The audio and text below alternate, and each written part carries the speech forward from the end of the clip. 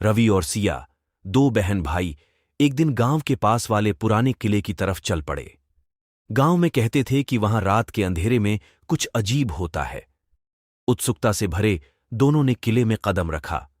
जैसे ही वे किले के अंदर पहुंचे, हवा ठंडी हो गई और दरवाजे अपने आप बंद हो गए। सिया ने घबराकर रवि का हाथ पकड़ा। क्या ये सही था? उसने पूछा। रवि ने उसे दिलासा देते हुए कहा, हम यहां सच का पता लगाने आए हैं। आगे बढ़ते हुए उन्हें एक पुराना दरवाजा मिला। दरवाजा खोलते ही एक अजीब सी आवाज आई। अंदर एक पुरानी किताब थी जिसमें लिखा था, रहस्य का उत्तर नीचे है। दोनों ने सीढ़ियों को नीचे की ओर देखा। नीचे एक अंधेरा कमरा था जहां एक पुरानी पेंटिंग लटकी हुई थी। पेंटिंग में एक बूढ़ा आदमी एक चाबी पकड़े हुए था। रवि ने ध्यान से देखा और महसूस किया कि पेंटिंग के पीछे कुछ छिपा हो सकता है। उसने पेंटिंग हटाई और वहां एक दराज पाया। दराज में वही चाबी थी जो पेंटिंग में थी। चाबी से एक पुराना बक्सा खोला। बक्से में एक पत्र था। उसमें लिखा था, सच्ची दौलत प्रेम और विश्वास में है। अंधेरे से डरना नहीं चाहिए, बल्कि उसे समझना चाहिए। रवि और सिया ने समझा कि जीवन के हर अंधेरे में एक सीख होती है। दोनों ने मुस्कुराते हुए कहा, अब हमें अंधेरे से डर नहीं लगेगा। सीख, अंधेरे में भी सच्ची दौलत प्रेम और विश्वास से मिलती है।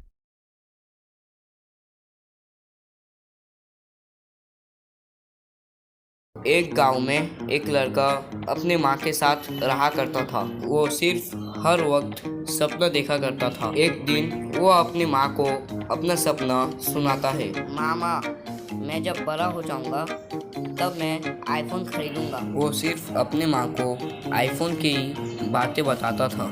एक दिन उसके माँ ने उसे कहा, तू क्या इतना छोटा छोटा सपना देखकर मुझे बताता है?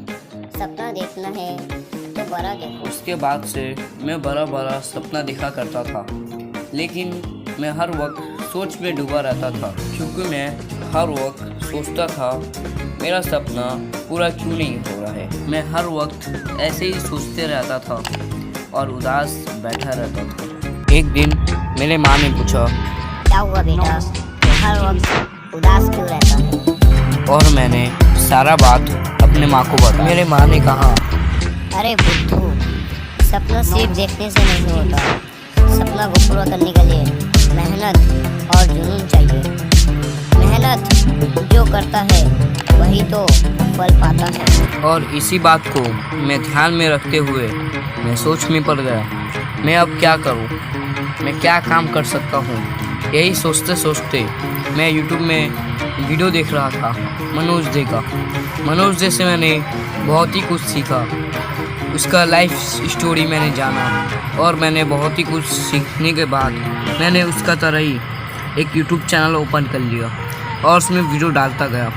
उसका तरह ही मैंने बहुत ही जल्दी मैंने यूट्यूब में ग्रो किया और अभी कुछ इस प्रकार का हूँ मैं। तो बच्चों, आज का वीडियो का मकसद था मेहनत और जुनून। जो मेहनत करता है वही फल पाता है। मेहनत के साथ साथ जुनून का होना काफ़ी ज़रूरी है।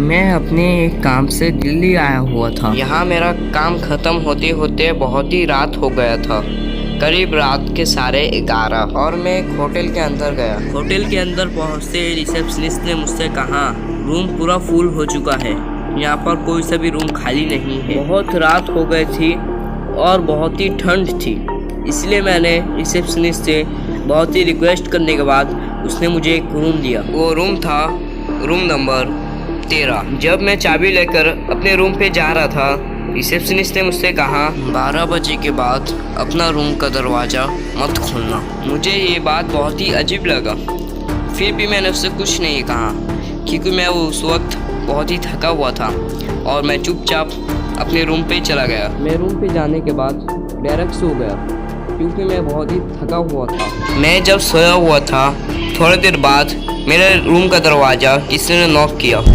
और मैं उठा। मुझे लगा करंट चला गया है, क्योंकि लाइट और फैन दोनों ही बंद था और मुझे बहुत ही गर्मी लग रही थी और मैं बाहर जब रूम ओपन करा तो वहाँ पर एक आदमी खड़ा हुआ था। मैंने उससे जब कहा क्या हुआ भैया, कुछ चाहिए क्या, तो वहाँ से गायब हो गया और मैं देखकर बहुत ही डर गया और रूम बंद कर मैं बैठ गया और मैं घबराते घबराते रिसेप्शनिस्ट में कॉल करते गया, लेकिन वहाँ पर कोई नहीं उठा रहा था और मैं रात भर सिर्फ ऐसे ही कॉल करता रह गया, लेकिन किसी ने कॉल नहीं उठाया। मैं सुबह जब रिसेप्शनिस्ट में गया, मैं रिसेप्शनिस्ट वाले को बहुत ही डांटा, लेकिन उसने जब मुझे ऐसा एक बात बता दिया, मेरे रोंगटे खड़े हो गए। उसने बताया उस रूम पर मुझसे भी पहले कुछ लोग आए थे, लेकिन जा नहीं पाए क्योंकि उस रूम में एक बहुत ही भयानक आत्मा रहता था जो कि सबको मार देता था। आपका नसीब अच्छा है, आप बच गए, शुक्र मनाइए और जाइए अपने घर। मैं उस